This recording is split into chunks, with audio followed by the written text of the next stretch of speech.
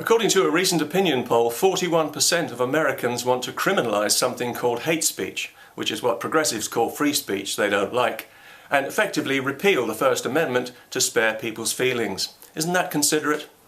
You see, the First Amendment causes nothing but trouble in the modern world, as it gives people the right to express any opinion they like and to say things that are true but incorrect. Who ever thought that was a good idea? In fact, the entire US Constitution has a very unhelpful and unprogressive preoccupation with individual freedom. All those universal liberties would be enough to send a shiver down the spine of any self-respecting progressive if they had any self-respect. Or a spine.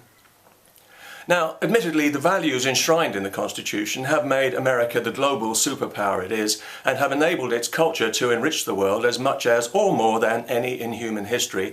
And admittedly, American values are the only reason that the world today is not one giant Soviet Union, but is that really enough reason to stubbornly uphold its most fundamental liberty and guiding principle when we know how much offence it can cause? Are we really such barbarians? So come on, America, get with the programme. Nobody else has free speech anymore. Why should you? Haven't you heard of fairness and equality? Everyone's talking about them on this side of the pond. Or do you want to keep us chained to these primitive values of the past forever? What are we, cavemen? You see, the people who drafted the Constitution had no idea how the world would develop in the 21st century because they were rational men who could never have conceived of progressive thinking even if they'd been on drugs. And if they were here today, they would think it was absolutely insane. That's how out of touch their ideas are with the modern world. They saw free speech as a liberating virtue because they didn't have the benefit of progressive thinking to guide and educate them.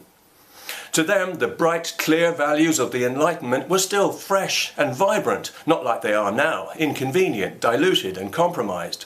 So they took no account of the effect of free speech on people's feelings or on their self-image, because to their untutored minds, truth was truth and feelings were just feelings. And as for self-image, it hadn't even been invented yet.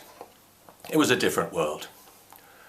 You see, what you need to understand, America, is that feelings are the new truth, and truth is the new blasphemy in this brave new progressive world of ours. I'm sorry, did I say brave? I meant cowardly, of course. So all critical opinion is rightly regarded as a form of assault, and everyone needs to be protected from assault. What about our human rights? And yes, we all know that free speech is essential for a healthy and vibrant society, but some things are more important than that. And yes, we know that it's the anchor to all our fundamental liberties and that without it we're completely at the mercy of unscrupulous politicians. And yes, we know that if we lose free speech it will herald the decline and eventual fall of Western civilization as we know it.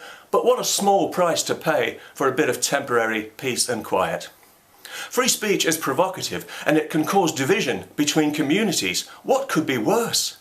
And yet you, in America, are the only people on the planet still stubbornly upholding it as a fundamental human liberty that no slippery politician has the right to take away. Aren't you ashamed of yourselves?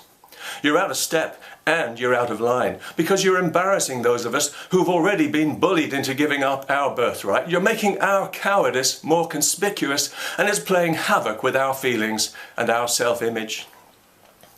And please don't think that you can brazen this out as a bastion of free speech against the world, effectively offering a safe haven to any criminal who wants to express an incorrect opinion. If you do, it's only a matter of time before some helpful foreign court rules that the First Amendment violates international law and everybody's human rights. Bingo. And with the weight of progressive public opinion on their side, as it clearly already is, there'll be plenty of people in Congress willing to support legislation that neutralises the First Amendment while pretending to uphold it, as long as it's accompanied by plenty of pork barrel funding that they can squander to get re-elected. The progressive tide is coming in, America, and it's looking irreversible.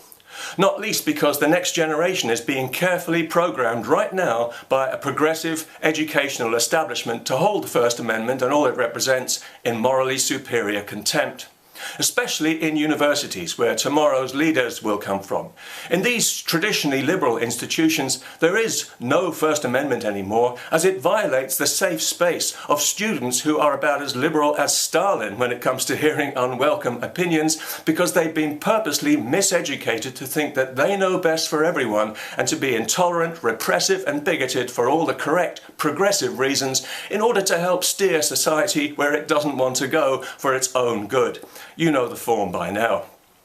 To this mentality, the First Amendment isn't simply an inconvenience or an obstacle to be overcome, it's a crime against humanity. And these are the people who'll be running America a few decades from now, the politicians, the judges and the clever lawyers of tomorrow. So the days of that pesky, troublesome First Amendment are clearly numbered, folks, and when you think of all the trouble it's caused, you can't say that's a bad thing. Well, you can now, obviously, but not for long. Peace. And God bless America.